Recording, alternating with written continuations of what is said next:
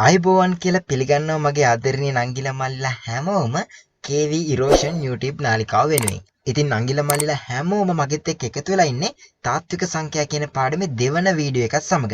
ඉතින් තාත්වික සංඛ්‍යා ආශ්‍රිත පළවෙනි වීඩියෝ එක යටතේ මම සංඛ්‍යා වර්ගීකරණය සහ සංඛ්‍යා කුලක විශ්ලේෂණය සම්බන්ධ සියලුම સિદ્ધාන්ත කියලා දුන්නා. ඔයා ඒ වීඩියෝ එක බැලුවේ නැත්නම් ඔයාට පුළුවන් YouTube එකට ගිහලා KV Erosion YouTube නාලිකාවට ඇවිල්ලා ඒ වීඩියෝ එකත් බලලා ඉන්න. ඉතින් අද වීඩියෝ එකේදී මම ඔයාලට කියලා දෙන්නේ තාත්වික සංඛ්‍යා කියන පාඩමේ අවසාන කොටස. එහෙම නැත්නම් කරණීය ආශ්‍රිත සියලුම સિદ્ધාන්ත මේ වීඩියෝ එක යටතේ ඔයාලට කියලා දෙන්න බලාපොරොත්තු වෙනවා. ඉතින් වීඩියෝ එකට යන්න කලින් මතක් කරන්න ඕන ඔයා තාමත් PassMe වීඩියෝ ඇප් එක සහ PassMe කියන ඇප් එක ඩවුන්ලෝඩ් කරලා රෙජිස්ටර් වුණේ නැත්නම් ඔයාට තාමත් chance එක තියෙනවා. පුළුවන් තරම් ඉක්මනට Play Store එකට ගිහිල්ලා PassMe කියලා ටයිප් කරලා ඔයාට පුළුවන් PassMe වීඩියෝ සහ PassMe කියන ඇප් දෙකම ඔයාගේ දුරකථනයට ඩවුන්ලෝඩ් කරන්න. ඒ විතරක් නෙවෙයි ඔයාට පුළුවන් ඩයලොග් නම්බර් එකක් පාවිච්චි කරලා රෙජිස්ටර් වෙන්න.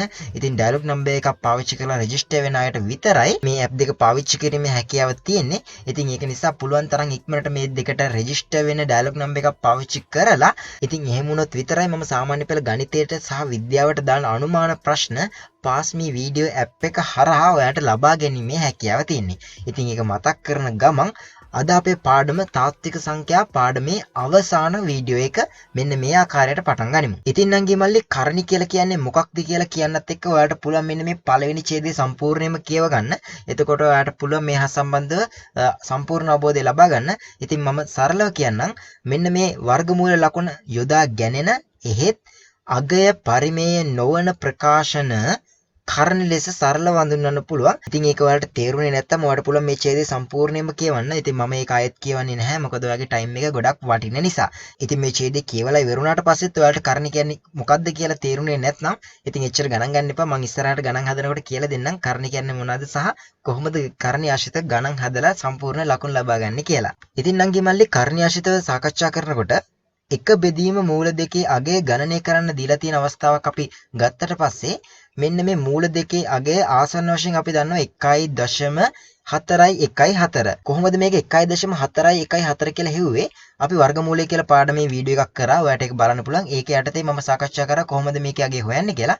ඒක හෙව්වට පස්සේ මට ඇවිල්ලා තියෙනවා 1.414. හරි, ගැටලුවක් නැහැ. එතකොට එක බෙදීම මූල දෙක වෙනුවට දැන් මට ලියන්න පුළුවන් එක බෙදීම මූල දෙක වෙනුවට දැන් දාන්නේ 1.414. ඉතින් මෙන්න මේ වගේ ප්‍රකාශනයක් නෙන්නේ. ඉතින් මෙන්න මේකේ අගය අපට හොයන්න වෙනවා එක දීර්ඝ බෙදීමෙන් බෙදන්න ඕනේ 1.414. ඉතින් මේක ඉතාමත් අසීරුයි නංගි මල්ලි දීර්ඝ බෙදීමෙන් මෙන්න මේකේ අගය හොයනවා කියන්නේ. ඉතින් ඒක වෙනුවට ඉතාමත් සරලව පිළිතුරු කරා ළඟා වීමේ ක්‍රමයක් තමයි දැන් මම ඔයාලට කියලා දෙන්න හදන්නේ.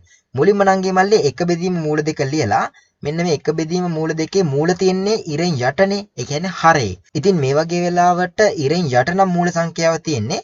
ඒක මම නැති කරගන්න ඕන.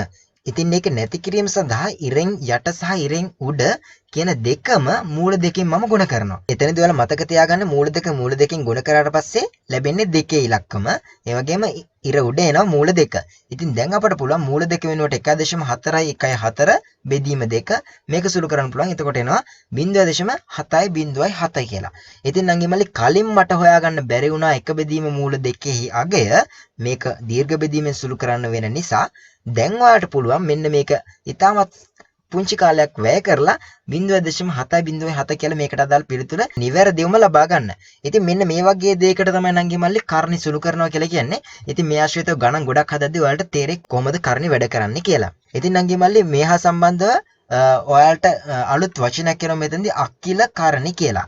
අකිල කරණයක් කියලා කියන්නේ නංගි මල්ලි කරණිවල විවිධ ආකාර තියෙනවා. ඒකෙන් එකක් තමයි මේ අකිල කරණි කියලා කියන්නේ.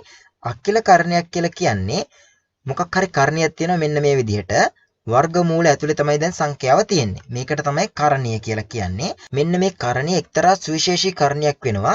ඒකට හේතුව තමයි මේ කරණීය සංඛ්‍යාව තියෙන සම්පූර්ණයෙන්ම වර්ගමූලය ඇතුලේ. මෙන්න මේ විදිහට කිසියම් සංඛ්‍යාවක් වර්ගමූලය ඇතුලේ සම්පූර්ණයෙන්ම තනි වෙලා ඉන්නවා නම් අන්න ඒ වගේ කරණි වලට කියනවා අකිල කරණි කියලා. ඉතින් උදාහරණයක් විදිහට 6යි මූල 15 කියන සංඛ්‍යාව අකිල කරණයක් නැද්ද කියලා දැන් ඔයාලට තීරණය කරන්න පුළුවන්. ඒක අකිල කරණයක් නෙවෙයි. මොකද මූල 15 කියන එක තනි වෙලා නෙවෙයි ඉන්නේ. මූල 15ට ඉස්සරහින් 6 කියන සංඛ්‍යාවක් ගුණ වෙලානේ ඉන්නේ. ඉතින් මෙන්න මේ වගේ ඒවා අකිලකරණි වෙන්නේ නැහැ. මේ විදිහට මූල ලකුණත් එක්ක තනි වෙලා හිටියොත් කිසියම් සංඛ්‍යාවක් වර්ගමූලයේ ඇතුලේ අන්න ඒ වගේ ඒවට තමයි කියන්නේ අකිලකරණි කියලා. ඉතින් මම විශ්වාස කරනවා අකිලකරණි කියන්නේ මොනවද කියලා දැන් ඔයාලට හොඳින්ම තේරෙනවා ඇති කියලා සහ ගාන දිහා බැලුවම පස්සේ මේක අකිලකරණයක් ඒ වගේ මේක අකිලකරණයක් නෙවෙයි කියන්නත් ඔයාලට වෙන් කරලා හඳුනා ගැනීමේ හැකියාවක් තියෙනවා කියලා මම විශ්වාස කරනවා. ඉතින් කරණයක් සරලම ආකාරයෙන් ඇතැයි කියනු ලබන්නේ එය ඒ වර්ගමූල b ආකාරයෙන් ලියා ඇති විටය. මෙහි a කියලා කියන්නන්ගේ මල්ලේ පරිමේය සංඛ්‍යාවක් වන අතර b හි සාධක ලෙස පූර්ණ වර්ග නොමැති විය යුතුය.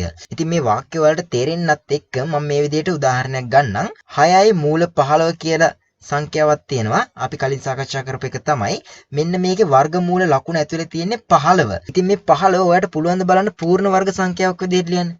අපි දන්නවා නම් මල්ලේ 15ට ආසන්නතම පූර්ණ වර්ගය තමයි 16. ඉතින් 15 අපට කිසිසේත්ම බෑ පූර්ණ වර්ගයක් විදිහට ලියන්න. ඉතින් ඒක නිසා මෙන්න මේ 15 කියන එකකට ආයෙ මෙතනින් ඉස්සරහට කිසිම දෙයක් කරන්න බෑ. ඒ වගේම තමයි 6 කියලා සංඛ්‍යාවක් තියෙනවා. ඉතින් ඒකත් 6 විදිහට තමයි තියෙන්නේ. ඉතින් මේ 6යි මූල 15 කියන එකනත් තියෙන්නේ ඊටමත් සරලම ආකාරයෙන්. ඉතින් දැන් මේ 5යි මූල 12 කියන එක බලන්න. මේක තියෙන්නේ සරලම ආකාරයෙන්ද නැද්ද කියලා බලන්න අපිට පුළුවන් මේ විදිහට කරන්න. 12 කියන එක න සාධක වලට වෙන් කරන්න පුළුවන්ද බලන්න. හැබැයි ඒ සාධක ඇතුලේ වර්ග සංඛ්‍යාවක් තියෙනවද කියලා බලන්න ඕන. ඉතින් අපි දන්නවා 12 ලියන්න පුළුවන් 4 වරක් 3 කියලා. එතකොට 4 තියෙනවනේ. මේ 4 කියලා කියන්නේ මොකද්ද? පූර්ණ වර්ගයක්. ඉතින් ඒක නිසා 5යි මූල 12 කියන එක නා මේ සරලම ආකාරයෙන් නෙවෙයි තියෙන්නේ. ඉතින් මේක තවදුරටත් සරල කරන්න පුළුවන්. ඉතින් ඒ ආශ්‍රිත අපි ඉදිරියේදී කතා කරමු කොහොමද ඒවා කරන්න කියලා. ඉතින් මේ වගේ අදහසක් තමයි නංගි මල්ලි කරණි වලට තියෙන්නේ. ඉතින් නංගි මල්ලි අපි සරලම ගානේ ඉඳලා කරණි සුළු කරමු. එතකොට ඔයාලට කරණි ආශ්‍රිත හොඳ අවබෝධයක් ලබා ගැනීමේ හැකියාව තියෙනවා. ඉතින් නිදසුන් අංක 1 3යි මූල 5 ධන 6යි මූල 5 සුළු කරන්න. ඉතින් මේ වගේ අවස්ථාවක බලන්න වර්ගමූලයේ ඇතුලේ තියෙන්නේ දෙකේම සමාන සංඛ්‍යා දෙකක්. මේ වගේ වෙලාවට ඔයාට ඒක පොඩ්ඩක් අමතක කරලා එකතු කිරීමක් නේ තියෙන්නේ. 3යි 6යි එකතු කරන් පස්සේ ඉන්නේ 9. ඊට පස්සේ ඔයාට දාන්න පුළුවන් වර්ගමූල 5 කියලා. ඉතින් මෙන්න මේ විදිහට කරණි දෙකක් එකතු කරන්න තිබුණොත් ඒ කරණි දෙක එකතු කරනකොට හොඳට බලන්න වර්ගමූල ඇතුලේ තියෙන සංඛ්‍යා දෙක සමානයි නම් ඉතින් අන්න ඒ වගේ වෙලාවට ඔයාට පුළුවන් මේ වර්ගමූලයට ඉස්සරහින් තියෙන සංඛ්‍යා දෙක නිකන් එකතු කරලා ඊට පස්සේ මේ වර්ගමූල සංඛ්‍යාව අවසානට ලියන්න. ඉතින් මේ විදිහට තමයි කරණි දෙකක් එකතු කරන්නේ. හැබැයි මෙතනදී සුවිශේෂී කාරණේ තමයි මෙන්න මේ විදිහට වර්ගමූලය ඇතුලේ තියෙන සංඛ්‍යා දෙක සමානයි නම් විතරයි මේ විදිහට 3යි 6යි 9යි කියලා එකපාරම ලිවීමේ හැකියාව තියෙන්නේ. ඉතින් මෙන්න මේ උදාහරණය බලන්න. 3යි මූල 2 ධන 8යි මූල 3. මේ වගේ ඒවා මම කලින් කියලා දුන්න ක්‍රමේ පාවිච්චි කරන්න බෑ. වර්ගමූල 3 තියෙන්නේ මෙතන තියෙන වර්ගමූල 2. ඉතින් මේ වගේ ඒවා ගණන් හදන්න බෑ. මේක තමයි නංගේ මල්ලි අවසාන පිළිතුර වෙන්නේ. ඉතින් මේ වගේ පිළිතුරක් ඔයාට කොහෙදී හරි ගානක් අවසානයේ ආවොත් මෙතනින් ඉස්සරහට සුළු කරන්න බෑ නංගේ මල්ලි. මොකද මේ තියෙන්නේ මූල 2 මේ තියෙන්නේ මූල 3. හරියට නිකන් මේ තියෙන්නේ මූල 2 කියන්නේ නිකන් කජු ඇට කියලා හිතන්නකො. කජු ඇට 3ක් තියෙනවා. මේ තියෙන පොල් කියලා හිතන්නකො. පොල් 8ක් තියෙනවා. මේ දෙක එකතු කරලා කියන්න පුළුවන්ද කාටවත්? බෑ. අන්න ඒ වගේ තමයි මේ වගේ පිළිතුරක් ආවොත් මෙතන ඉස්සරහට සුළු කරන්න බෑ. මේක තමයි අවසාන පිළිතුර වෙන්නේ. ඉතින් ඒ වගේ නැති මෙන්න මේ වගේ අවස්ථාවක් આવොත් ඔයාලට මම කියලා දුන්න ක්‍රමය පාවිච්චි කරලා 9 මූල 5 ලබා ගැනීමේ හැකියාව තියෙනවා. දැන් අපි උදාහරණ දෙක බලමු. මූල 20 ෂා. ඒක මොකද්ද? අකිල කරණියක්. මොකද වර්ගමූලය ඇතුලේ තමයි සම්පූර්ණ සංඛ්‍යාවම තියෙන්නේ. මේක සරලම ආකාරයෙන් දක්වන්න තමයි අපෙන් අහන්නේ. මේ වගේ වෙලාවට කරන්න ඕනේ වර්ගමූලය ඇතුලේම තමයි මේ සෙල්ලම් ඔක්කොම දාන්න ඕන. 20 ලියන්න පුළුවන් නංගි මල්ලි 4 වර 5 කියලා. ඊට පස්සේ මේ වර්ගමූලය ඇතුලේ දැන් සංඛ්‍යා දෙකක් ගුණ වෙලා තියෙනවා. මේ වගේ වෙලාවට වර්ගමූලයේ සංඛ්‍යා දෙකට වෙන වෙනම දාලා ගුණ කරන්න පුළුවන් මේ විදිහට. එතකොට මූල 4 ගුණ කිරීම මූල 5. ඉතින් මේ වගේ වෙලාවක මතක තියාගන්න මෙතනට අදාළ නැති වුණත් මම ඒක ඔයාලට මතක් කරන්නම්. වර්ගමූල AB කියලා තිබුණොත් ඒක අපිට ලියන්න පුළුවන් වෙන වෙනම A වලටත් B වලටත් වර්ගමූලය දාලා ඒ දෙක වෙන වෙනම ගුණ කරාම. ඒ වගේම A බෙදීම B කියලා තියලා ඒකේ වර්ගමූලය තිබුණොත් ඔයාලට ලියන්න පුළුවන් සමානයි A ගේ වර්ගමූලය බෙදීම B ගේ වර්ගමූලය කියලා. හොඳට මතක තියාගන්න ඒ ಗುಣ කිරීම b එහෙම නැත්නම් ඒ බෙදීම b තිබුණොත් විතරයි ඔයාලට මෙන්න මේ ආකාරයට වර්ගමූල ලකුණු වෙන වෙනම සංඛ්‍යා දෙකට දාන්න හැකියාව ලැබෙන්නේ. ඉතින් ඔයාලට ඒ ධන b ඒ ඍණ b තිබුණොත් ඔයාලට කවදාවත් බෑ නංගි මල්ලේ ඒ වලට වෙනම වර්ගමූලේ b වලට වෙනම වර්ගමූලේ දාන්න. ඉතින් ඒක නිසා මේ අවස්ථාවේදීම මේ ගැටලුවක් තියෙනවා නම් ඒක සම්පූර්ණයෙන්ම හිතින් ඉවත් කරගන්න. ඒ ಗುಣ කිරීම b එහෙම නැත්නම් ඒ බෙදීම b වල වර්ගමූලයේ තිබුණොත් විතරයි මේ විදිහට වෙන් කරලා වර්ගමූල ලකුණු දාන්න පුළුවන්. එහෙම නැතුව එකතු කිරීම සහ අඩු කිරීම අවස්ථාවලදී වෙන වෙනම වර්ගමූලේ නම් දාන්න බැහැ නංගි මල්ලේ. ඒක හොඳට මතක තියාගන්න. ඉතින් දැන් අපි දන්නවා වර්ගමූල 4හි අගය කීයද? 2යි. එතකොට 2යි මූල 5 තමයි අවසාන පිළිතුර. මෙතනින් ඉස්සරහට මේක තවදුරටත් සරල කරන්න බෑ. තුන්වෙනි උදාහරණය සාකච්ඡා කරොත් මෙන්න මේ කරණිය අකිල කරණියක් විදිහට දක්වන්න. ඉතින් අපි කලින් සාකච්ඡා කරපු එකේ අනිත් පැත්ත වගේ තමයි තියෙන්නේ. මුලින් කරන්න ඕන නම් මල්ලේ අකිල කරණයක් කියන්නේ මොකක්ද කියලා තේරුම් ගන්න. අකිල කරණයක් කියන්නේ වර්ගමූල ලකුණු ඇතුලේ තනි සංඛ්‍යාවක් විදිහට තමයි කරණයක් තියෙන්න ඕන. ඉතින් දැන් මෙතන වර්ගමූලය ඇතුලේ තියෙනවා 5. ඊට අමතරව 4 ඉලක්කම පිටේ ඉන්නවනේ. මේ පිටේ ඉන්න 4 ඉලක්කම ඔයාලට සිද්ධ වෙන වර්ගමූලය ඇතුලේ දාගන්න. එහෙම කරන්නේ හරිම ලේසි. මුලින්ම මේ වර්ගමූලයට ඉස්සරහින් ඉන්න සංඛ්‍යාවේ වර්ගය ගන්න. මෙතන නම් ඉන්නේ 4. 4 වර්ගය. 4 වර්ගය කීයද? 16යි. ඒක නිසා කෙලින්ම වර්ගමූල 16 දානවා. දැන් එයත් ඉන්නේ වර්ගමූල ලකුණ යටතේ. අපි දන්නවා වර්ගමූල 16 කියලා කියන්නේ ආයෙත් 4යි. එහෙනම් අපි කරපු වැඩේ හරි කියලා ඔයාලට ඔප්පු වෙනවා ඇති. දැන් ඔයාලට පුළුවන් මේ දෙක පාවිච්චි කරලා එක වර්ගමූලයකට ගන්න 16 වර 5 80යි කියලා. ඉතින් නංගි මල්ලේ මේ ආකාරයට ඔයාලට පුළුවන් වෙන්න ඕන අකිල කරණයක් කරන්නත් කරණයක් අකිල කරණයක් කරන්නත්. ඉතින් තව ඉස්සරහට අපි ගණන් සාකච්ඡා කරනකොට ඔයාලට හොඳින්ම තේරෙයි. නිදසුන් අංක 4 සුළු කරන්න කියලා තමයි දීලා තියෙන නංගි මල්ලේ. මේ විදිහට කරණයක් දීලා තියෙනවා. මෙන්න මේ විදිහට කරණයක් දීලා තියෙනවා. ඉතින් අපි සාමාන්‍ය සංඛ්‍යා ගුණ කරන විදිහටම තමයි නංගි මල්ලේ මෙතෙන්දි ගුණ කරන්න තියෙන්නේ. වර්ගමූලයට ඉස්සරහින් එන සංඛ්‍යා දෙක වෙනම ගුණ කරනවා. 4 වරක් 5 කීයද? 20යි. වර්ගමූලය ඇතුළේ තියෙන සංඛ්‍යා දෙක වෙනම ගුණ කරනවා. 3 වරක් 2 6යි. එතකොට 20යි මූල 6 තමයි මේකේ පිළිතුර. ඉතින් ඒකේ තමයි පහසු නංගි මල්ලේ බෙදීමෙදිත් ඒ විදිහටම තමයි කරන්න තියෙන්නේ. 3යි මූල 20 කියන කරණිය බෙදන්න තියෙනවා 2යි මූල 5 කියන කරණියෙන්. ඉතින් මම හිතනවා නංගි මල්ලේ මට නම් ලේසි මේ විදිහට බෙදලා තියෙනවට වඩා ලස්සනයි මෙන්න මේ විදිහට බෙදලා තියෙනවා නම්. එතකොට මට ලස්සනට පිළිතුරු කරා ළඟා වීමට පේනවා පිළිතුර කොහොමද ලබා ගන්න ඕන කියලා.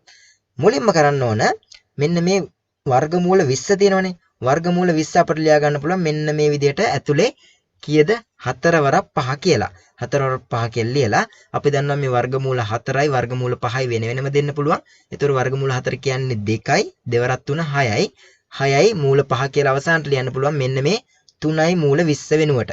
එතකොට උඩ ලියන්නේ දැන් 6යි මූල 5, යට එන්නේ 2යි මූල 5. මූල 5ට මූල 5 කැපෙනවා. 6 දෙකෙන් බෙදුවට පස්සේ 3යි. ඉතින් ඊටමත් පහසුවෙන් නංගි මල්ලි ගුණ කිරීම සහ බෙදීම කරණ්‍යාශ්‍රිතව කරන්න පුළුවන් කියලා දැන් ඔයාලට තේරෙනවා ඇති. හොඳයි නංගි මල්ලි දැන් අපි සාකච්ඡා කරන්න හදන්නේ ඒ බෙදීම වර්ගමූලයේ b ආකාරයේ කරණි කොහොමද සුළු කරන්නේ කියලා. ඉතින් නංගි මල්ලි මේ ආශ්‍රිතව මම ගානක් වීඩියෝ එක මුලදිම ඔයාලට කිව්වා. ඉතින් දැන් ඒක නිසා ඔයාලට ඒ අවස්ථාවේදී තේරුනේ නැත්තම් දැන් ඉගෙන ගැනීමේ හැකියාව තියෙනවා.